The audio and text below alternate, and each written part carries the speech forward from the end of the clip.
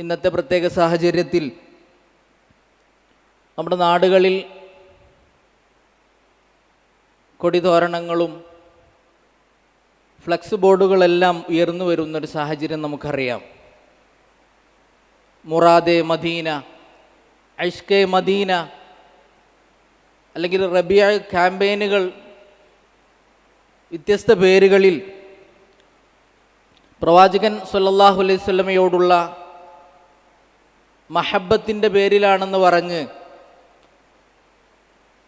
സാധാരണക്കാരുടെ സമയവും സമ്പത്തും ഇതിനു വേണ്ടി ചിലവഴിക്കുന്നത് നമ്മളുടെ മുമ്പിൽ കാണുമ്പോൾ ഏതൊരു വിശ്വാസിയും ഇതൊരു നന്മയാണെങ്കിൽ പ്രവാചകൻ പഠിപ്പിക്കേണ്ടതായിരുന്നല്ലോ, സഹാബത്ത് മാതൃക കാണിക്കേണ്ടതായിരുന്നല്ലോ, സലഫുകളുടെ പ്രവർത്തനം നമുക്ക് കാണാമായിരുന്നല്ലോ എന്ന് ഏതൊരു സാധാരണക്കാരും സംശയം ഉണ്ടാകും. അതുകൊണ്ട് തന്നെ ഏതൊരു നന്മയും പഠിപ്പിക്കപ്പെട്ട, നമ്മൾ ഉപേക്ഷിക്കേണ്ട തിന്മകൾ നമ്മെ ഉത്ബോധിപ്പിക്കപ്പെട്ട വിശ്വാസി സമൂഹത്തിന് ഈ ഒരു സാഹചര്യത്തിൽ എന്തായിരുന്നാലും ഈ കാര്യത്തിൽ സംശയം ഉണ്ടാകും.